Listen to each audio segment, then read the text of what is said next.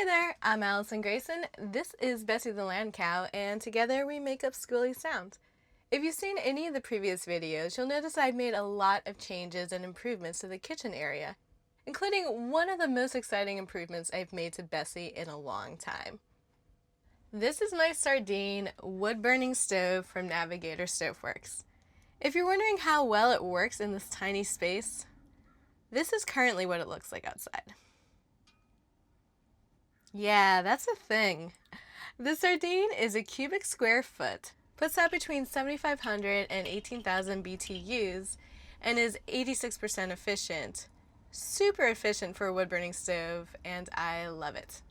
It's also Bessie sized. At only 35 pounds, I don't have to worry about a bunch of extra weight bearing down on my build or bearing down on the engine. However, the major downside to Navigator stove is that they're all handcrafted with love, which means that there's a huge back order. I had to wait about 9 months for my sardine stove, so they're not an impulse item. They're also kind of pricey, but I think they're totally worth it.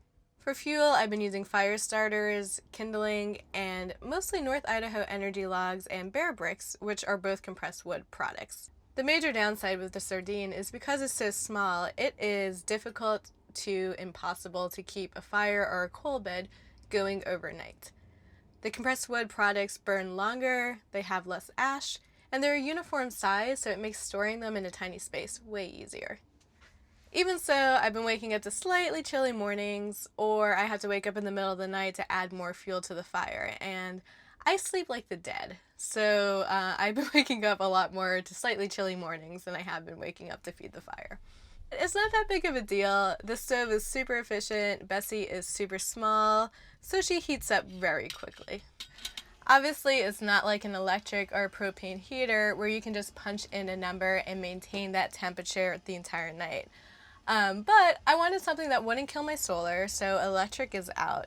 And also, propane in the Pacific Northwest, especially in this small of a space, is way too moist of a heat. And yes, I did just say moist.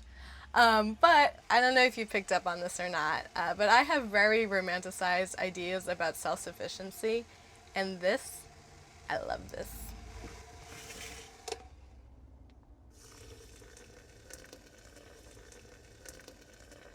You can see that the heat shielding is a little bit special. I don't mind some aesthetic bumps. There are aesthetic bumps all throughout this house, and the heat shielding does its job super well. This project was way bigger than anticipated. And part of that is because I kind of have it I'll figure it out as I go mentality when it comes to my personal projects. And it works for me like 99% of the time, but it doesn't work so well when your project is something that could literally kill you. And I have a lot of goals in life. Dying in a bus fire is not on that list. The composite board, super specific, had to be shipped in. Getting the stainless steel sheet metal in the quantities I needed was kind of a pain, so I wanted to give a huge thanks to my friends Chris and Ryan for helping out with the sheet metal process, with the plasma cutting, with the die folding, just with all of this.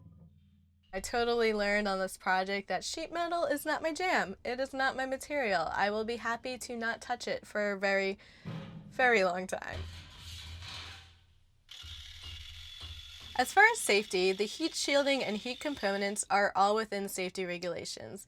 I did a ton of research and I worked a bit with Andrew from Navigator to make sure that everything was being done correctly. There were a lot of specifications and complications in getting the heat shielding and all the components exactly how they needed to be, but for safety's sake, I highly recommend you do install it properly. That said though, as we're talking about safety, it is not recommended that you put a wood-burning stove in a gas vehicle. I'm not telling you to do it. Navigator is definitely not telling you, they're telling you not to do it. But you're a grown adult and do what you will. Anyway, I have 2 carbon monoxide detectors, I have a smoke detector, and I have a fire extinguisher right next to my bed. I've been using this as my only source of heat for 2 months now, and I haven't had any issues whatsoever. Even though it happens all the time with DIY, I'm always amazed that something can go from massively overwhelming and intimidating to completely manageable once you're in the middle of it, and that was definitely the case for this stove install. Also, you might be wondering why there's a window on the side facing nowhere. If you remember earlier videos, I was planning on putting the stove right next to the door, but then I decided that because of the drafty bus door and how much heat transfers through the windshield, that I'd probably be losing most of my heat through that glass and not getting it into the back of the bus. And I'm super happy that I put the stove where I did and remodeled the kitchen for it. Not only is the kitchen way more functional, but even with my very high-end circulation system, I barely get enough of the heat into the back area of the bus to keep that toasty at night. I built a new passenger seat. It's bolted into the bus for safety. It has a legal seat belt. It also has removable cushions, and it has a storage space underneath. So it is way more functional and way more practical than my last seat, which took up a lot of room at the front of the bus. And also, my taller friends really appreciate not having their legs cramped right next to the engine. These butcher block countertops are fantastic for a tiny space. I don't have to have cutting boards hanging around. I don't have to be washing cutting boards.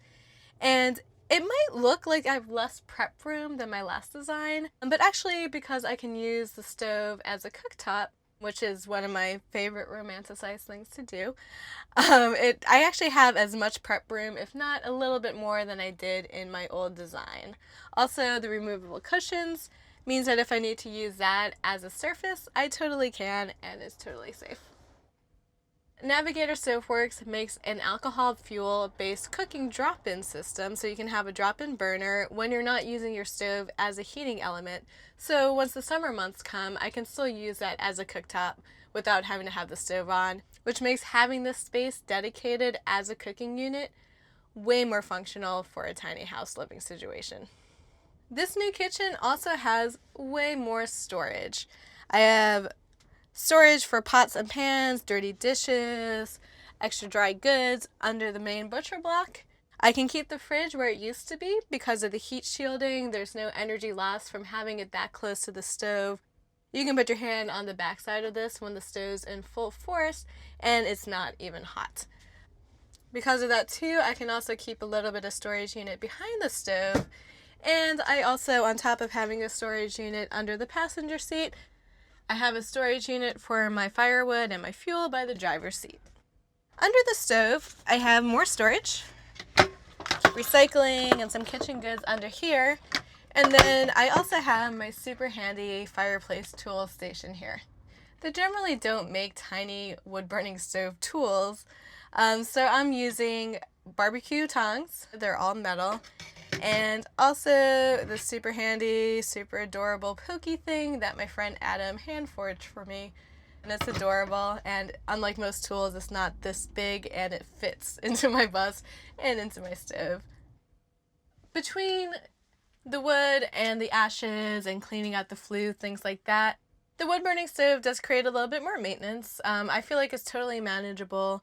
It's definitely a non-issue for me. And for me, the benefit and the reward of having my house feel even more like a tiny, cozy cottage is totally worth any extra work that the stove might be. It enticed me from the grid even more. It leaves me free to travel with Bessie anywhere, any time of the year. Or honestly, I can also just choose to hunker down nice and cozy in my parking spot in Portland and enjoy the winter in this beautiful, tiny, ridiculous little space I've made for myself. So, stay warm, stay cozy, and stay tuned. Bessie and I will have more videos coming out for you.